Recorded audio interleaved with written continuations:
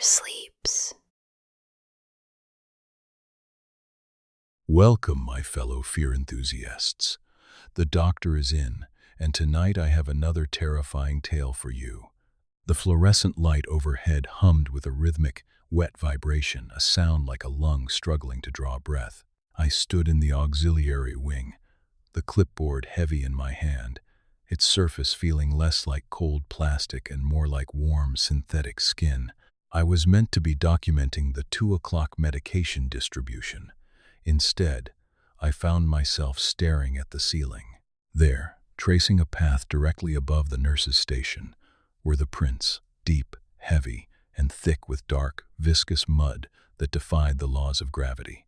Each imprint was a perfect concave depression in the acoustic tiling, dripping viscous sludge that landed soundlessly on the linoleum. They were human footprints, trailing across the ceiling in a steady, purposeful gait, ignoring the light fixtures they should have crushed and the ventilation ducts they walked straight through. Structural seepage, I muttered. My voice sounded thin, alien. A localized plumbing failure resulting in moisture-heavy debris. I reached for my medical recorder, clicking the button with a thumb that felt stiff, as if the joints were beginning to calcify into something architectural. Subject: Dr. Elias Vance. Time: 2:14 a.m. Observation: anomalous dampness on the upper structural planes of the auxiliary wing. Cause: unknown. Likely hallucination induced by sleep deprivation and the peculiar atmospheric chemicals of the ventilation system. I stopped. The recorder's playback didn't sound like me. It sounded like a choir of whispering voices, my own voice, layered 10 times over, discordant and terrified. I looked back up. The mud was pulsating. It wasn't just dirt, it was thick, dark, and flecked with what looked like tiny, microscopic shards of calcified bone. The prints moved, not at a walk, but at a frantic, skittering pace, as if the entity leaving them was being hunted by something faster. My scientific training, that brittle shield of empirical methodology I had worn like armor since my residency, began to crack. I wanted to tell myself it was a prank.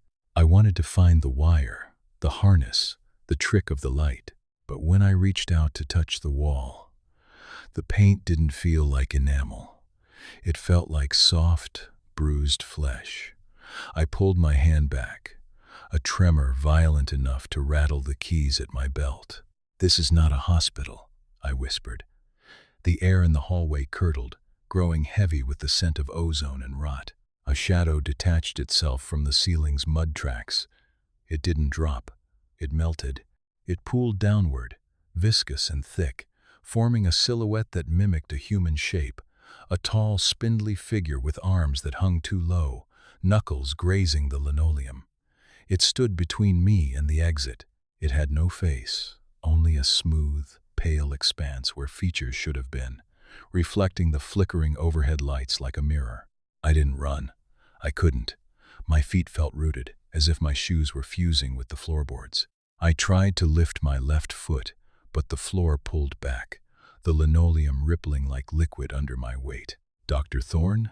I managed to choke out. The figure tilted its head. It didn't answer with words.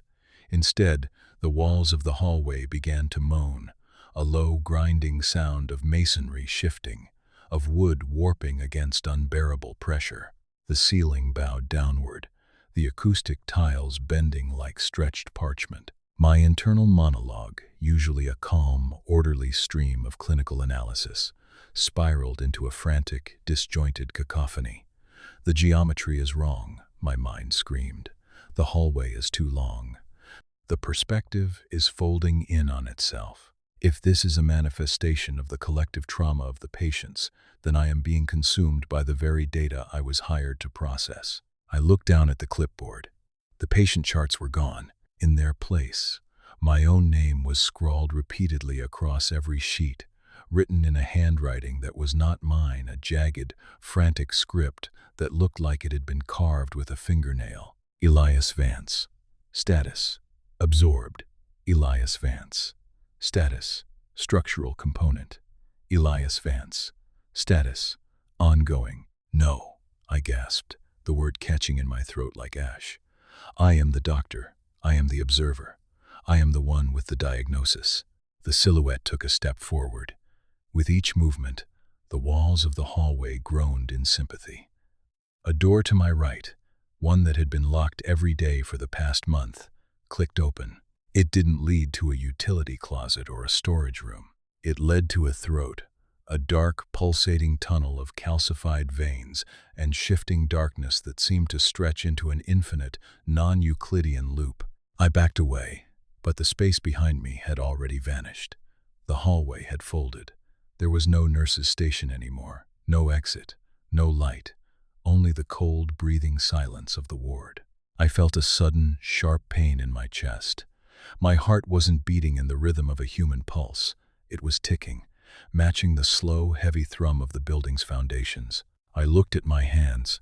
The skin of my palms was turning translucent, the veins beneath them shifting into the gray, ink-stained patterns of a medical ledger. The predatory nature of the asylum was no longer a theory. It was a physical reality. I wasn't just a resident here. I was raw material. The ward wasn't housing my mind. It was harvesting it, grinding my skepticism and my arrogance into the mortar that held these impossible hallways together. I clutched the recorder one last time, my fingers losing their dexterity, the metal casing of the device beginning to graft into my flesh. "This is Dr. Elias Vance," I whispered, the words barely audible against the roar of the building digesting its newest, most arrogant guest. "If anyone finds this, do not look at the mud. Do not try to map the rooms. You cannot measure a monster that is already inside your head." I turned toward the open door, toward the infinite breathing loop of the service corridor, and stepped into the dark. I was no longer an impartial scientist. I was a subject, and the ward was hungry. The service corridor was meant to be a shortcut, a utilitarian vein of gray concrete connecting the auxiliary wing to the main ward. I had walked it 3 times today. It was 6 paces long. It took 4 seconds to traverse, but as I stumbled into it, my breath coming in jagged, desperate hitches, the walls didn't stop. My clinical recorder, gripped so tightly in my sweating palm that my knuckles had turned the color of bone, hummed with a life of its own. I looked down at it, seeking the comfort of data, of a timestamp, of anything that could be quantified. The display was flickering. The digits didn't slide from one to the next. They bled. They ran like spilled ink under a heavy rain, the LCD screen vomiting a series of impossible symbols, jagged, angular runes that looked like the teeth of a starved animal. I clicked the stop button. The machine kept running. I looked up, expecting the heavy fire door at the end of the passage. It wasn't there. The corridor had become a long, suffocating throat. The fluorescent lights overhead, which should have been buzzing with the hum of the power grid, were silent. They flickered in a rhythmic, organic cadence, like the slow, labored blinking of a giant eye. With every pulse of light, the architecture seemed to shift, the paint peeling away to reveal something damp, dark, and pulsing beneath the drywall. "Stay objective, Elias."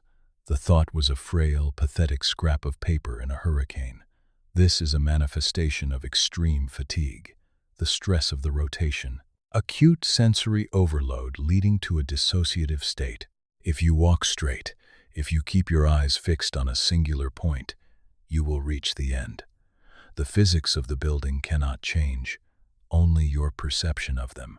I picked a smudge of black mold on the opposite wall and locked my gaze onto it. I began to count my steps.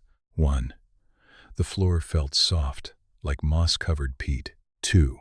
The air grew thick, metallic with the scent of ozone and old, stagnant blood.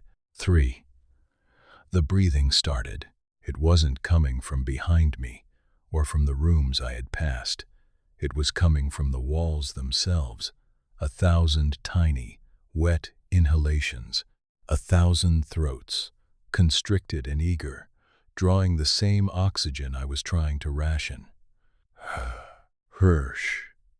It was rhythmic, synchronized, a massive, singular lung expanding within the foundation of Blackwood. I stopped at the fifth step. I looked down. My shoes were no longer on clean tile. They were sinking into a semi-translucent membrane that coated the floor, a glistening mucus-like substance that rippled outward from where I stood. It felt warm. It felt interested. "Who is there?" I shouted, my voice cracking, robbed of its professional authority. It sounded small, muffled, as if the hallway were actively absorbing the sound waves before they could even hit the ceiling. No one answered, but the walls leaned in. I felt a subtle pressure against my shoulders, a gentle, insistent nudging. The corridor wasn't just a hallway. It was a digestive tract. It was moving me. It was steering me toward the stomach. I spun around, intending to bolt back the way I came, but the light behind me was gone. There was only darkness and absolute, abyssal black that seemed to have more mass than the air. It wasn't just an absence of light. It was a presence of nothingness. I backed away, my heart hammering against my ribs like a trapped bird. Documentation, my mind hissed, the last vestige of the resident psychiatrist clinging to the recorder. "You must document this." I held the device up. The screen had stopped bleeding characters and was now projecting a dim, sickly violet light onto my hands.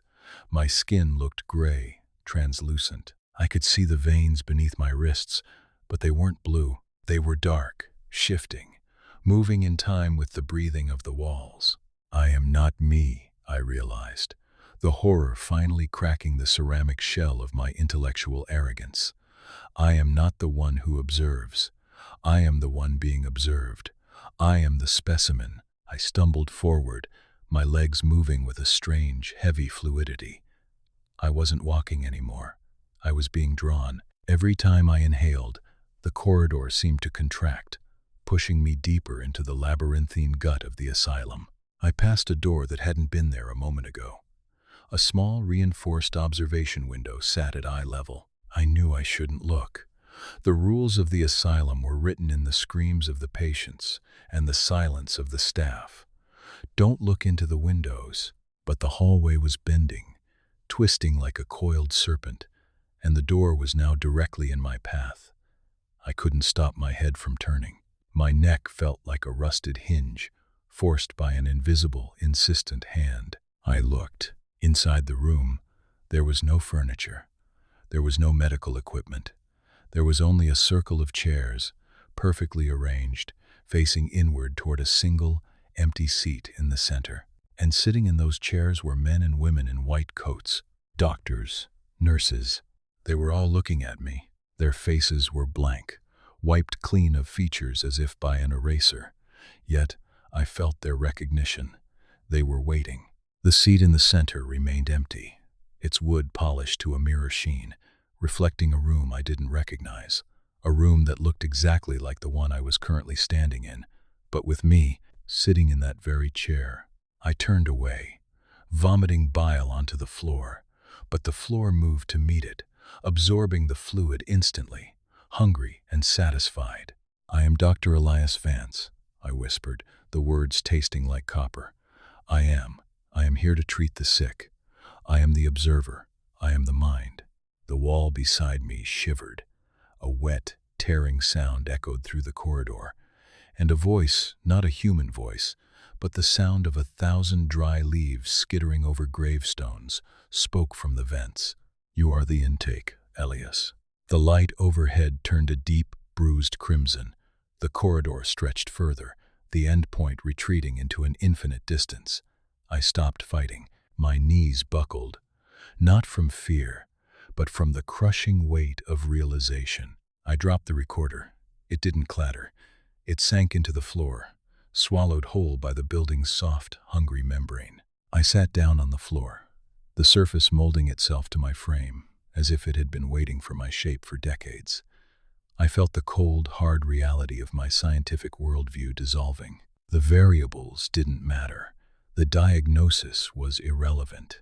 I was no longer a resident of Blackwood. I was a component of it. I looked down at my hands. They were trembling, but as I watched, the shaking stopped.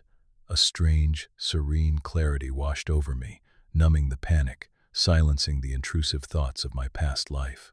My medical license, my degree, my arrogant belief that I could understand the mechanics of the human psyche, it was all just data, a prologue to a story that had already been written.